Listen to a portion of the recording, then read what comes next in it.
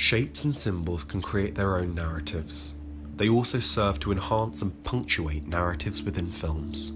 They are vital visual tools for any filmmaker exploring dystopian and utopian worlds. In this documentary, I will examine the role shapes and symbols play in creating and enhancing utopian and dystopian worlds.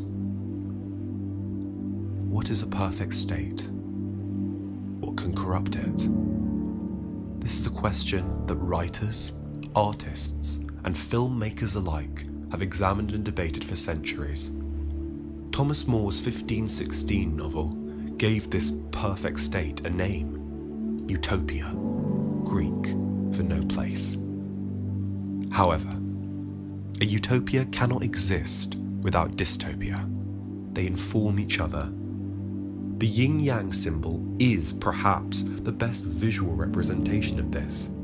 It is a combination or fusion of two cosmic forces, dividing the light side from the dark with an S-shaped line, each half containing a seed of the other. Utopian and dystopian states are never wholly dark or light. Each parallel state will always contain a seed of the other. This introduces the possibility that at any moment, this state could change, break, or corrupt. Spike Jonze's 2011 film Her uses symbols to present a corruptible utopia. The film follows Theodore Twombly, a sensitive and reclusive man, who falls in love with a newly developed AI operating system called Samantha. However, as Samantha begins to develop intelligence beyond her programming, the relationship is tested. The film is set against the backdrop of an industrially thriving city. This is a key symbol. Its purpose becomes apparent in the final scene. After Theodore has been left by Samantha, he goes to the roof of his building and looks out at the view that created her. The industrial city is a symbol of the looming power of technology, its power over our lives. A dystopian presence within this utopia. The fact that, at any moment, this looming power could take full control.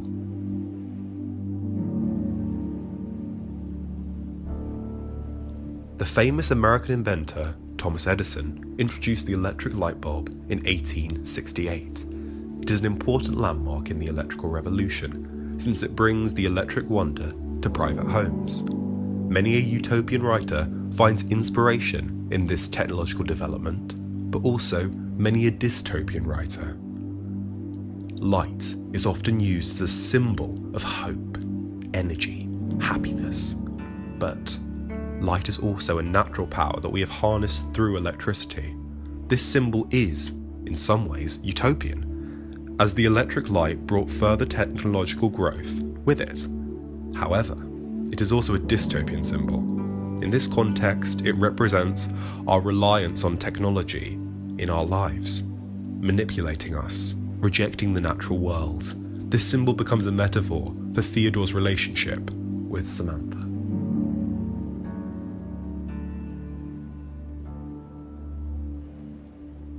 The 2016 Black Mirror television episode by Joe Wright entitled Nosedive is a satire on social acceptance.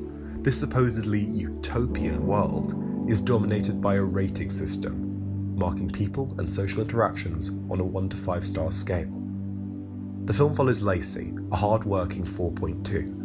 When given the opportunity to be maid of honour for her friend Naomi, a 4.8, Lacey jumps at the chance to up her rating.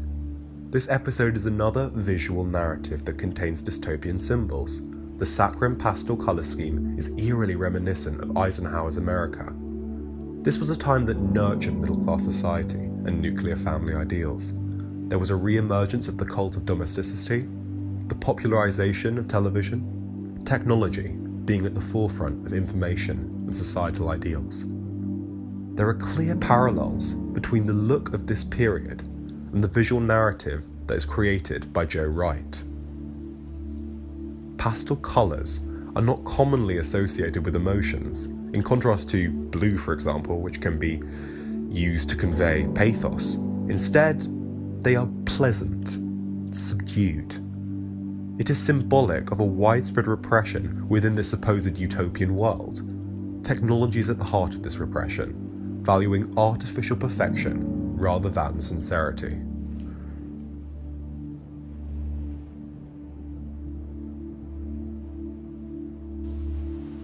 Hope. Hope. Hope. It is the only thing stronger than fear. A little hope is effective. A lot of hope is dangerous. A spark is fine, as long as it's contained. The dystopian Hunger Games universe is set in Panem, a country consisting of a wealthy capital and 12 districts in varying states of poverty. Every year, a young man and woman from each district is selected to participate in a televised match to the death, the Hunger Games.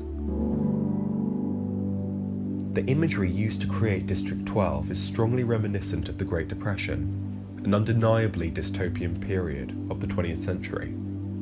Poor, colourless, the separation of poverty and wealth. This has clear historical relevance. Technology in Panem is exclusive to the ruling class. The capital looks like a utopia, thriving, colourful, creatively expressive. The poverty of District 12 becomes a key symbol of the class system in Panem. The utopian symbol of the natural world is infected by the games. It is no longer a sustainable resource for life. It has been harnessed and tampered with to invoke animalistic instincts. Kill or be killed. The sky becomes the digital scoreboard listing the murdered contestants.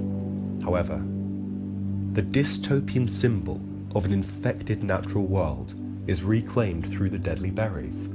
They become a symbol of hope. They offer Katniss and Peter their freedom from the games.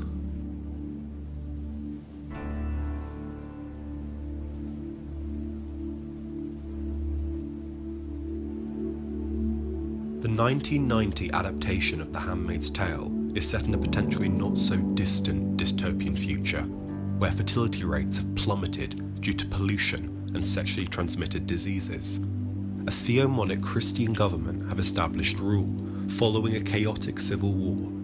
The few remaining fertile women are assigned to the homes of the ruling elite. Named handmaids, they are made to wear red. This colour is a key symbol within the visual narrative of this piece. Red is symbolic of fertility and blood, an uncapable thing in this infertile world. These women become the most valuable members of humanity. However, this utopian symbol is infected and becomes dystopian when the women are subjected to ritualized rape, bearing children for the barren wives of the ruling class. The colour red, however, is reclaimed when Kate slashes the commander's throat. The red of his blood becomes a symbol of hope and freedom for Kate. In conclusion, it is clear that symbols play a major role in constructing utopian and dystopian worlds.